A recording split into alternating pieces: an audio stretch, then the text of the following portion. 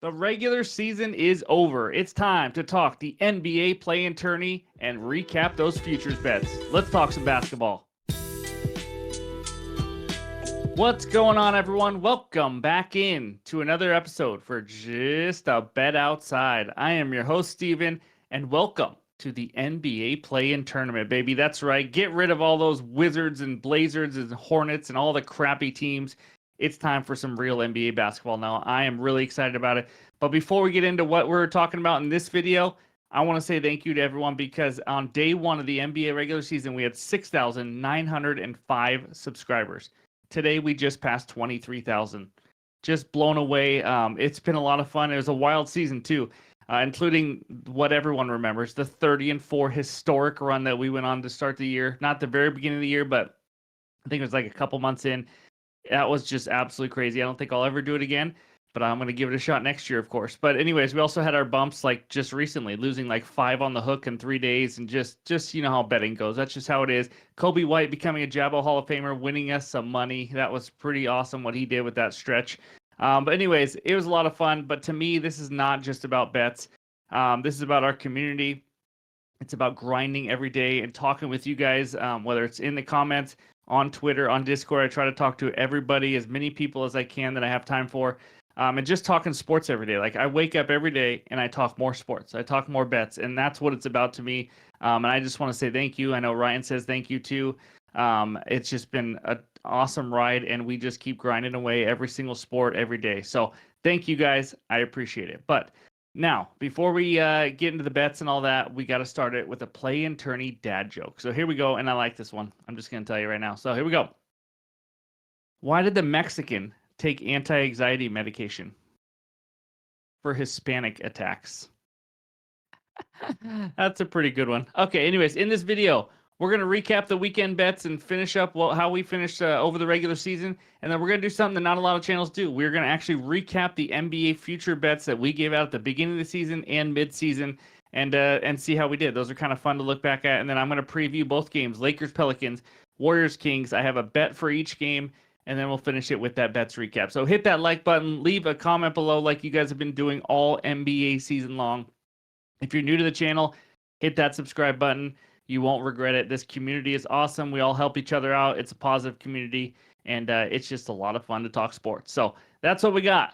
Now, let's start that basketball talk with the recap. All right, not that many people probably care at this point because the games are over and the regular season is over, but Josh Hart over 15.5 RAs. He did not even come close and get it done. So we tried to tail it for a second time in a row, did not come through. But congrats to the Knicks on getting the 2 seed. How about that? And then Jamal Murray, easy winner, over 22.5 points plus rebounds.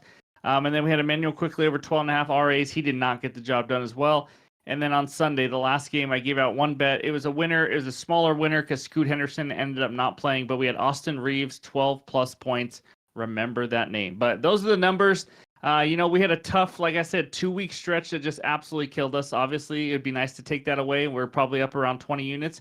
But it is what it is. You know what? Up 7.19 units on the regular season, and hopefully we can add to that in the playoffs, and those are all the numbers. So that's the weekend bets recap. Now let's go check out how we did on the futures.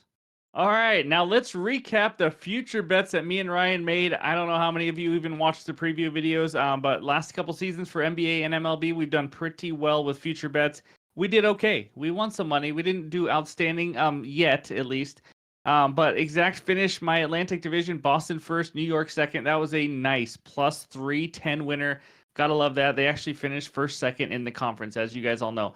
This second one hurt me, guys. Heat under 45.5 wins. They had 44 wins with 2 games left. I was following it, and I knew that they played the Raptors twice to end the season, and I knew I was screwed. They beat me on the hook, unfortunately. Mavs to miss the playoffs. Now, this was preseason. I didn't believe in the Mavs because of how they were playing the year before. It was a terrible bet. But then we go to the midseason, and you can see at number 6, the Mavericks to win the Southwest Division.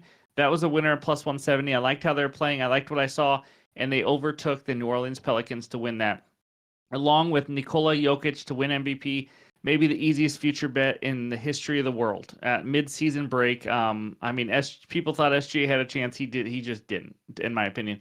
And then Chet Holmgren to win Rookie of the Year. I took a chance at plus 320 in case Wet Bananas decided to not play a lot, or Popovich sat him a lot, or he got hurt, just to have that chance. Wemby did Wemby things. This had no chance at all on Chet Holmgren. So that was mine, but that plus 310 winner and the plus 170 were huge. And then we go over to Ryan. 76ers under 49.5 wins. Did he get a little lucky because Embiid went down? Maybe, because they definitely played better than me and Ryan thought they would. But you know what? A win is a win. And then he sprinkled Giannis to win Defensive Player of the Year. That never, I don't think, came close. So the third one, this was his heartbreaker. We both had one. Denver first, OKC second, exact finish in the Northwest Division. They tied the exact same record, lost on a tiebreaker. OKC is the number 1 seed in the West, as you guys all know. That was brutal. And then Kings, he even went up a little bit to get the plus 170 value.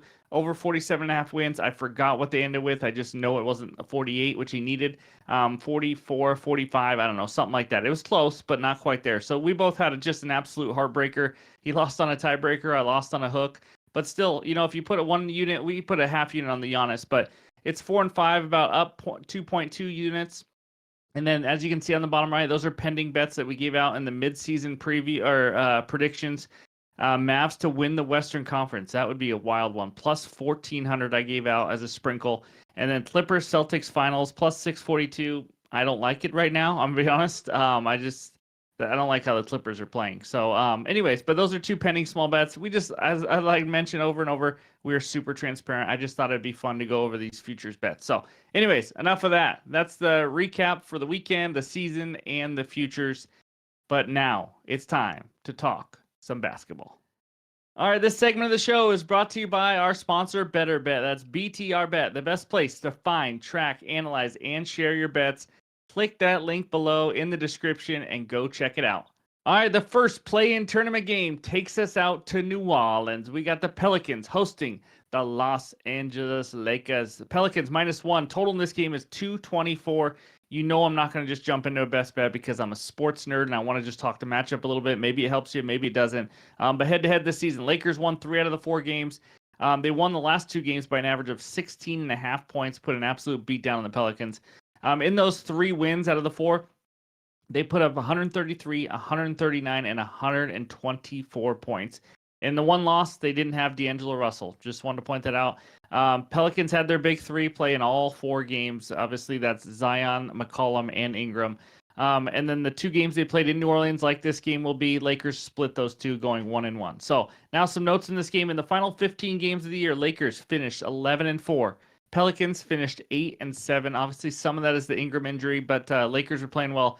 Pelicans went 5-9 against the spread at home since the All-Star break. That's just not good. Lakers had the 4th highest rebound rate in the last 15 games. Pelicans 24th. The Lakers absolutely got all over the glass. Obviously, that starts with Anthony Davis, but a lot of guys did, like LeBron and others. Lakers in the last 15 games to end the season. How about playing at the fastest pace in the NBA? That's right, no joke.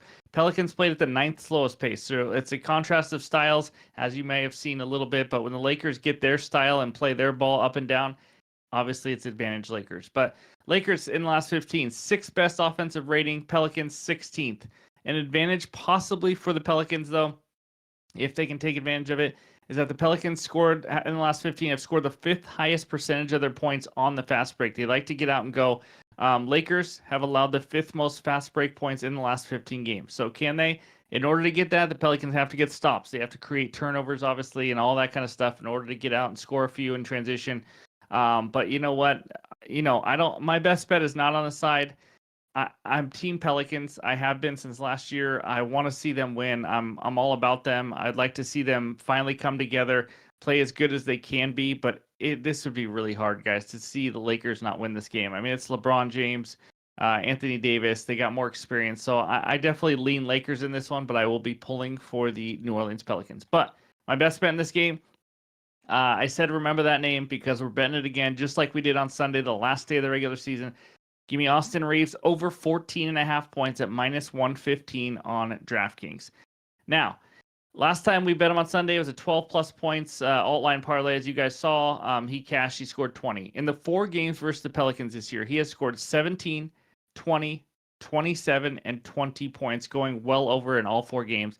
I'm kind of surprised in this alt-line, to be honest with you. I thought it'd be around 15.5 and juice to the over. But you know what? We're going to get 14.5 at decent odds. I'll take it. Starters tend to play more minutes in the playoffs. You're going to notice that obviously tighter rotations, things like that. So we expect more minutes. And I don't think this line is indicating more minutes for him. I'm expecting about 33 plus minutes, assuming it's a competitive game, which it should be according to the point spread, because that always means something, right? But Reeves, he averages 16 points per game this season. I just need 15. That's the wild part about this. In a matchup that has proven to be great for him in all 4 games. It's not like a one-game matchup. And here's one of the reasons why. The Pelicans have given up the most made three-pointers to the shooting guard position in the last 30 days to end the season. We know Reeves can hit some threes. He averaged around 13 shots per game and 4 free throw attempts in those 4 games. If I get that again, I don't see any reason why he can't score 15, unless, of course, he goes ice cold, which we can't control. All we can get is the volume. But let's just see if he can stay hot, score 15 yet again, which I think he will do for the 5th straight time for the Lakers versus the Pelicans. So give me Mr. Reeves over 14.5 points as my first best bet. All right, this second game takes us out to Sacramento, California. We got the Kings hosting the Golden State Warriors. Warriors minus 2.5. Total in this game, 223.5. These two teams played 4 times this season. They split the series 2-2, but the last 3 games were all decided by 1 point. That's just absolutely insane. We all know it's a rematch of last year's 7-game series. I'm expecting another good game here, but just a quick reminder, the Warriors were the #1 road ATS team in the NBA this season, tied with the Mavericks, which is unbelievable because they were the worst the year before. And the Kings were the 8th worst home ATS team in the NBA this season at 18-23. So I just wanted to point that out. But since the All-Star break, Warriors 19-10 and also 10-2 in the last 12 games. Kings, since the All-Star break, 15-13. So the big issue here for the Kings is that Malik Monk is going to be out. Yes, he is the guy that went 0 for 11 when we bet him over in points. I will never forget it. That was one of the worst bets of the season. But in the last 10 games without Malik Monk, the Kings are 4-6. He is a big part of their offense. The Kings have averaged 111 points per game in the last 10 games without Monk, which is 18th in the NBA. In the last 15 games, now let's talk some numbers. Warriors, 7th best offensive rating. Kings, 14th best offensive rating. And then we go to defense. Warriors 10th best defensive ratings, and the Kings have really stepped up lately. 6th best defensive rating. And then staying with the last 15 games, the Warriors have the highest rebound percentage in the NBA. I mean, they've just been absolutely crashing the glass. Kings are 10th in that span.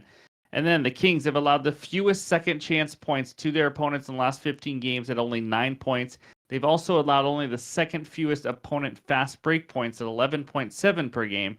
And on top of all that, the Kings have also allowed the fewest points in the paint in the last 15 games. It's been pretty impressive defensively, which they've needed because Malik Monk being out, their offense has taken a little bit of a dip. So defense has stepped up. Those are just all the notes for the game and the matchups and how teams have been playing lately. I don't have a bet on the side. If I did, I would probably go the Warriors because I just think they're on a mission right now. They've been playing so well. And I just like what they're doing. So I'd probably go Warriors. The Kings are just not quite the same team to me as they were last year.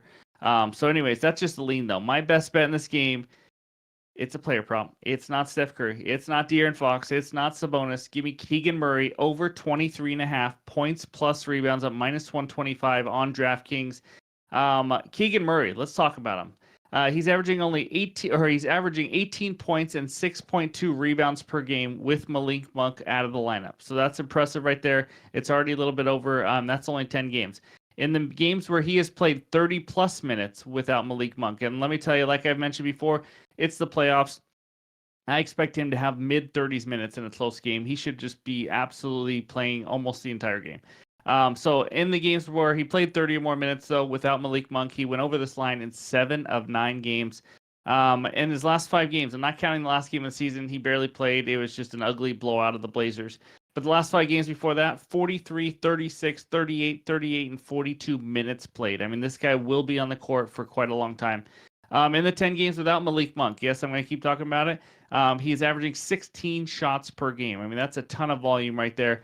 And overall, he's averaged 17 points and 6 rebounds per game at home, compared to only 13 and 5.1 rebounds per game at home or on the road. We've talked about it earlier this season when we made a bet on him. This guy plays a lot better, shoots a lot better at home. I mean, to average 4 more points per game at home is pretty crazy, and then almost a rebound per game also helps. But anyway, so you want to tail him at home, that's for sure. But last season versus the Warriors, he only played 30+ minutes 3 times in that playoff series. And he went over this line in 2 of the 3 games. Last year, he wasn't as good of a player, playing better minutes more consistently this year. So I think the Warriors, I think their game plan is obviously going to be try to slow down De'Aaron Fox and Domantas Sabonis. I mean, they've always tried to slow down Sabonis, and they've actually done a decent job. His numbers have been a little bit lower than the season averages when he's played them. But I think it's going to leave opportunities for open threes and different things for Keegan Murray. And I like him to get some more rebounds like he has been crashing the glass. So I like this combo at 23.5. I wouldn't be surprised if it's 24.5, 25.5, maybe even by tip off. So I like this line. Give me Keegan Murray over 23.5 points plus rebounds as my final best bet. And that's what we got for the first 2 play-in tourney games. Now let's check out the bets recap. All right, those are the 2 bets. Austin Reeves over 14.5 points. Keegan Murray over 23.5 points plus rebounds. Let's get some winners to start the playoffs. I'm excited to watch some playoff basketball. It's going to be a lot of fun. So thank you guys for watching. Also a reminder, watch that MLB Best Bets video and research help for Tuesday's slate. Hopefully we can have another winning day. So anyways, hope everyone has a great Tuesday, and we'll talk to you soon.